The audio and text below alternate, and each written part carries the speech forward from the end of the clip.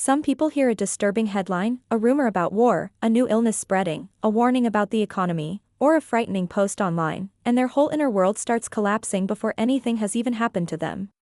Their body tenses, their thoughts race, and their peace is gone in minutes. Meanwhile, someone else hears the same thing, stays informed, takes in what matters, and still remains steady. The difference is not that one person cares and the other does not. The difference is that one has trained the mind to panic, while the other has trained the mind to return to order. In this video, we are going to talk about how people who protect their peace think differently, and more importantly, how you can learn to do the same so you become your own calm, your own support, and your own strongest guide when the world gets loud. Part 1. Fear does not always enter your life through real danger.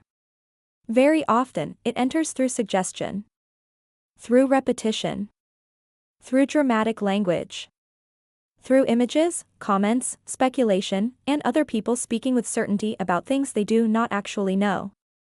That is why one of the most important life skills a person can build is the ability to separate what is real from what is merely loud.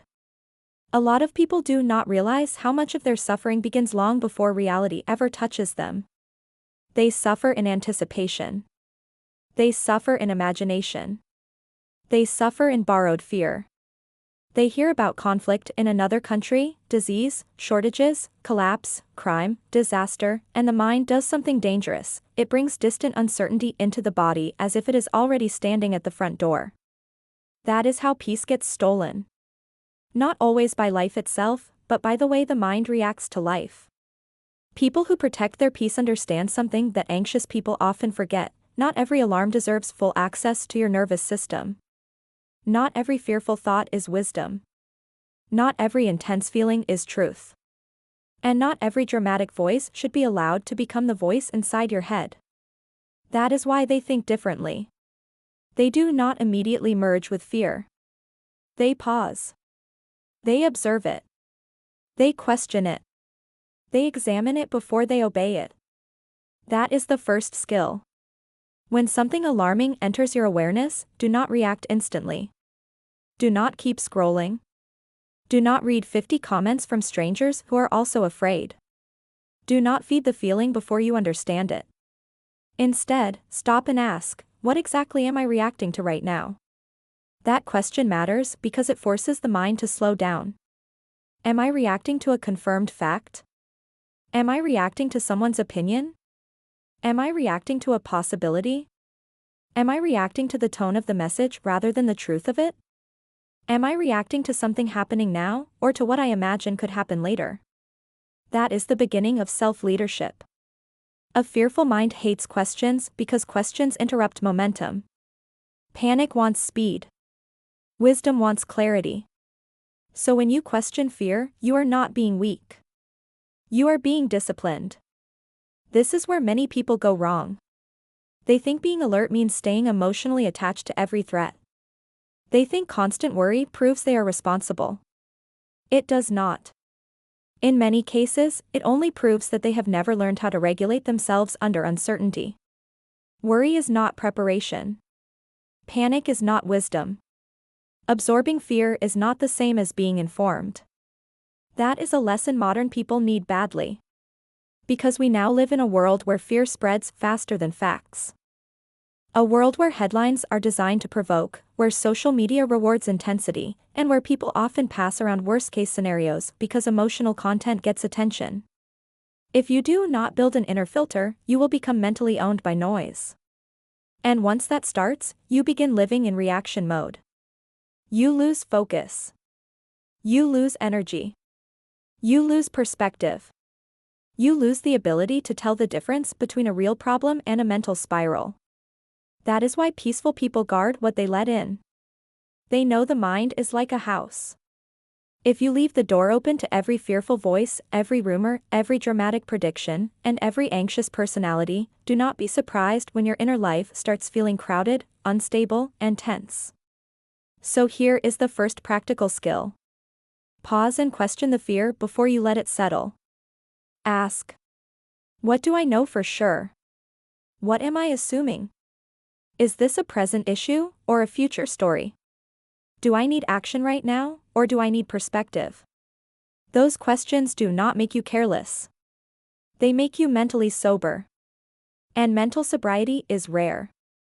Most people do not need more information. They need better interpretation. They need to learn that fear often arrives dressed like urgency. It sounds convincing. It feels important. But that does not mean it deserves control of the mind. The people who protect their peace think differently because they refuse to give fear authority without evidence. That is not denial. That is maturity. And once you learn that, you stop being so easily shaken by every noise the world makes. Part 2. The next thing peaceful people understand is that fear is not only mental. It is physical. Before the mind has fully formed the story, the body is already reacting. The chest tightens. The stomach drops. The jaw hardens. The breathing becomes shallow. The shoulders lift. The nervous system begins preparing for danger, even when danger is not actually present in the room. This matters because a frightened body can make ordinary uncertainty feel like immediate threat. In other words, when your body is activated, your thinking becomes less trustworthy. That is why people who protect their peace do not only challenge fearful thoughts. They calm the body on purpose. They know that if they do not settle the body, the mind will keep producing darker interpretations. A tense body feeds a tense story. A calmer body gives wisdom more room to speak. This is the second skill. Anchor the body before the fear takes over the mind. When you feel yourself spiraling, do something simple and physical. Put both feet on the ground. Loosen your jaw. Drop your shoulders. Inhale slowly. Exhale longer than you inhale. Step away from the phone.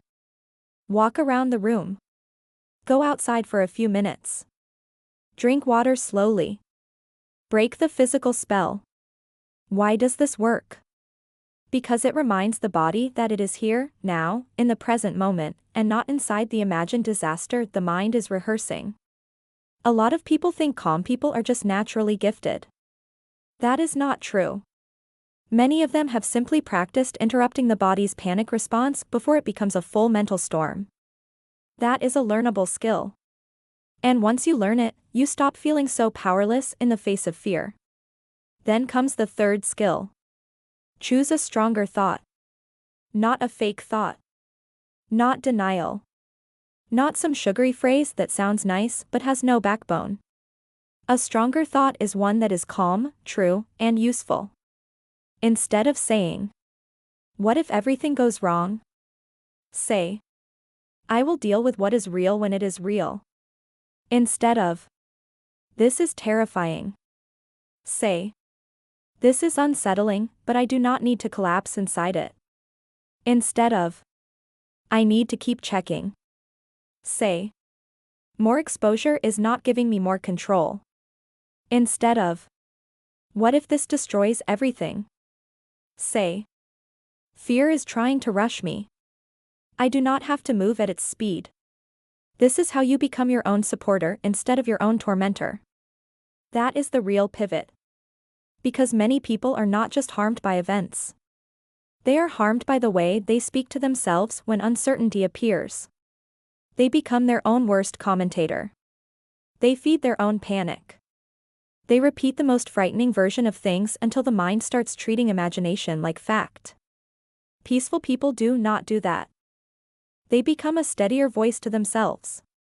They remind themselves, "I can be alert without being consumed. I can care without carrying the whole world in my body. I can stay aware without surrendering my peace." That is self-support. That is mental adulthood. That is how a person starts becoming their own champion. And here is something else they understand: not every problem belongs to them. Not every issue requires emotional ownership. There is a difference between compassion and absorption. There is a difference between being informed and being invaded. If you absorb every fear around you, you will eventually become too drained to deal with the actual responsibilities of your own life. You will be mentally exhausted by things you were never in a position to control. That is not noble. That is leakage. So people who protect their peace get selective. They do not let every fearful conversation linger in their mind all day. They do not let every news cycle dictate their inner weather. They do not let dramatic people rent space in their head for free. They know attention is power. And if you keep handing your attention to fear, panic, noise, and speculation, do not be surprised when your inner life starts looking like the very chaos you keep consuming. That is why they return to what is real. Their home. Their work. Their health. Their family. Their duties. Their faith. Their values. Their actual next step. That is not avoidance. That is order. And a life with order can survive far more uncertainty than a life ruled by emotional chaos. Part 3. The people who protect their peace think differently because they know something many people never learn. You do not become strong by controlling the world. You become strong by learning how not to let the world control your mind. That is the deeper skill. Because in the end, peace is not passivity. It is self-command. It is the ability to hear frightening things without instantly collapsing inside them. It is the ability to question a fear before obeying it. It is the ability to calm the body, steady the thoughts, and return to what is real. And most importantly, it is the ability to become the kind of person who can guide yourself back into order when the world gets loud. That is what makes this a life skill. Not because fear disappears forever, but because now you know what to do when it arrives. Here is the method in a simple form. Pause. Do not react immediately. Question. Ask what is fact, what is assumption, and what is imagination. Anchor. Calm the body so fear does not gain momentum. Reframe. Choose a stronger and truer thought. Return. Come back to one grounded action in your actual life. That action matters more than people think. When the mind feels powerless, it wants more thinking. More checking. More scrolling. More rehearsing. But peaceful people know that endless mental spinning does not restore control. Grounded action does. That action might be turning the phone off. It might be verifying a source. It might be checking on your loved ones and then stepping away. It might be taking care of your home, finishing your work, going for a walk, praying, writing, breathing, or simply returning to the responsibilities that are actually yours. That is how you reclaim dignity from fear. You stop acting like a passenger inside your own mind. And that is the real change this topic should teach. Not just be calm. Not just think positive. But learn how to lead yourself. Because many people are waiting for someone else to calm them. Someone else to reassure them. Someone else to tell them everything will be okay. But real maturity begins when you learn how to become a steadier presence to yourself. When fear says, something terrible is coming, you answer, then I will face what is real when it arrives. But I will not destroy today by worshipping tomorrow's shadows. When fear says, keep panicking so you stay prepared, you answer, panic weakens judgment. Clarity prepares me better.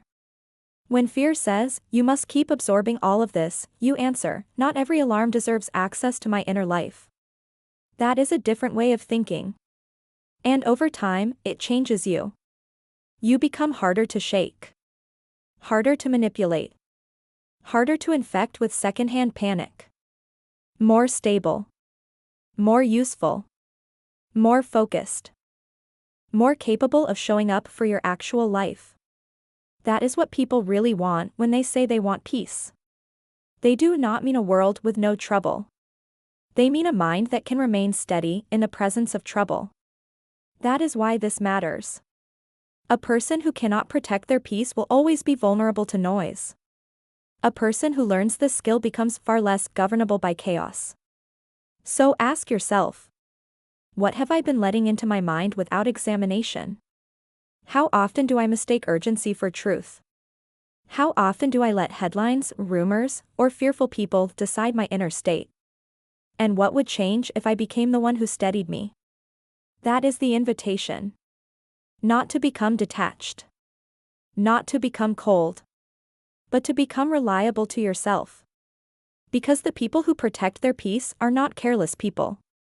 They are trained people.